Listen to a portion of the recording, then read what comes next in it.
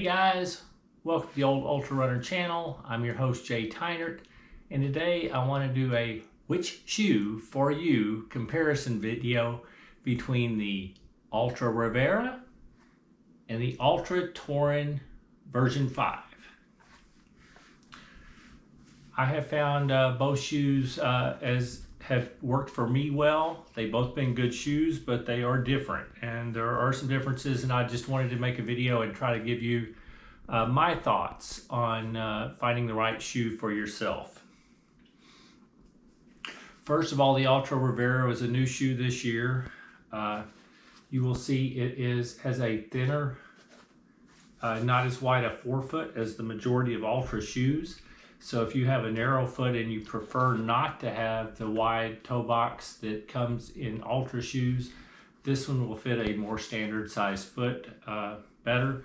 I have a standard size foot, so both shoes work for me fine. I actually prefer the wider toe box of the Torin 5, but this one still works for me fine. The Rivera is still wide enough.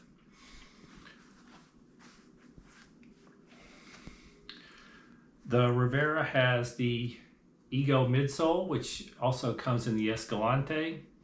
It has more stack height than the Escalante, so it's more cushioned.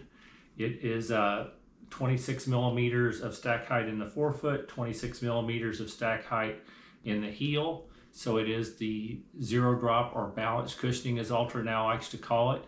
I found it a very good shoe. It was very comfortable. It will work at a variety of different paces. Having the Ego midsole, it does give you a little bit of pop off the ground. It has some responsiveness to it. The fit is good. It's true to size. It fits me well. It is a little narrower than the regular Altra shoe, but it still fits my standard size foot fine. In a men's size 11.5 that I have, this came in at 9.7 ounces. I thought it was a little bit lighter before, but I just weighed it right before making this video, and it's now 9.7. The one thing the laces are good. They tie well. It does have the lace hole through the tongue to hold it in place. It has a pretty puffy tongue, and I usually don't prefer a real puffy tongue like this, just because it adds extra weight, but it is comfortable and it stays in place pretty well. It's not real heavy. It's not real hot. The mesh upper breathes pretty well. I find these a good all-around shoe. They have plenty of cushion. You can do long runs in them. They've still got a bit of pop, so you can pick up the pace. I just find them a good all-around daily trainer, and that's what I'm using them for. I've got about 90 miles in mine now. And I will run in them to the end of their life. I'll probably do a long-term review on them when I get to around 250 miles. But I am rotating shoes, so it'll take me a little while to get there. On the other hand, the Altra Torin 5s are on my scale for a men's size 11.5 come in at 9.95 ounces. So they're about a quarter of an ounce heavier, but you're getting a more stack height. You're getting 28 millimeter stack height in the heel, 28 millimeter stack height in the forefoot. So it's a little bit more cushioned. That, and they're now using a new variation on their Ego midsole. They call it Ego Max. And what I will say about the Ego Max is it is extremely cushy. You can press in and it really squeezes in really easily. I was actually pretty worried that it was going to be too squishy for me, because I don't like a shoe that's real super squishy. I actually have some trouble with some of the really thick cushion like Hoka's and things, just because they're good shoes, but they're too cushy for me. They cause too much movement in my ankle, and I end up with some discomfort. So I was worried about these, but what I found is even though they feel real squishy and they give you a lot of cushion, that Ego Max midsole has some of that responsiveness. So even though it squishes in quite a bit, it pops back real fast, and I don't feel like it hasn't bothered me at all being squishy. And in fact, I find these to be extremely comfortable for real long runs. I do like they have a thinner tongue, which I find extremely comfortable. I kind of like that it saves some weight. It's a wider tongue, thin. It also has the holes through the laces to lock down the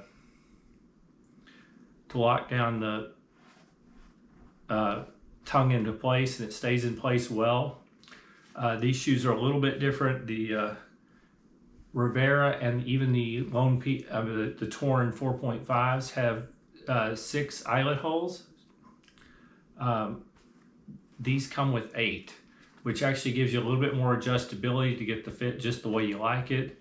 It also has an eyelet way up high that makes it really easy to tie the runner's knot in case you have heel slippage. I've had no heel slippage, so it's been good for me.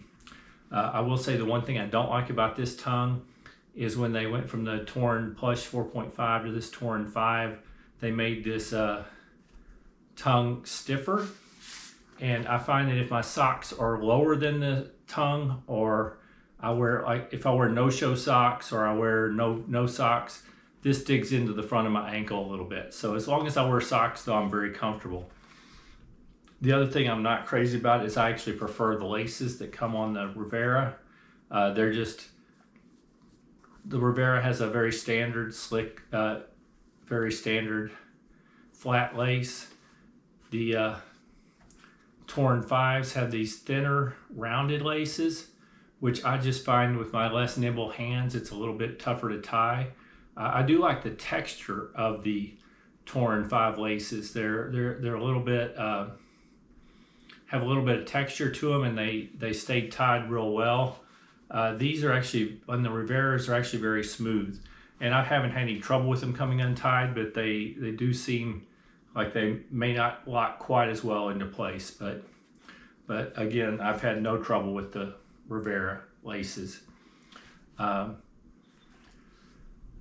So my overall take on the two shoes and who they're for, I actually probably find that the Rivera, if it fits you well, is maybe a better all-around daily trainer, in that it's slightly lighter, it has a slightly better energy return, it still has enough cushion for the majority of your runs, but you have to like that you have to probably have a standard size width foot. If you have a wide foot, or you really prefer the wider toe box, the Rivera wouldn't be the choice for you. But if you're standard foot, which I am, and these fit okay, these work really well for a daily trainer. Now, where I really appreciate the Torin 5 is I love them for long runs. I think both shoes have fairly breathable uppers, but I think that the Torin 5's upper is even more breathable. I just find them extremely comfortable. That cushion they're extremely cushioned, and they're probably slightly less responsive, but they're more responsive to me than the 4.5s that had the Quantic midsole. I find Ego Max still has a little bit of pop, but I think most of that pop is used to compensate for the really soft foam.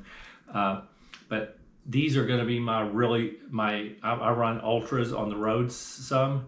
I have a 48-hour race coming up in August, and I have a series of 6-hour races this fall, and this is going to be my shoe of choice for those. I love the wide toe box, which will also be good in a road ultra. It allows my feet to swell. These will also be great for marathon runners that are after max comfort. So for me, these are my shoe of choice for long days and easy recovery days. These, if they work for you, are a better, probably all-around daily trainer. Anyway, those are just my takes on these shoes. Your mileage may vary. You may have a little bit different opinion on them, but that's my take on these two shoes. I hope you enjoyed the review. I hope it was helpful. If you liked the video, please give it a thumbs up. If you are interested in more videos from me and my content, please hit the subscribe button, and I look forward to seeing you on a future video. That's all for me today. Keep moving. Thank you.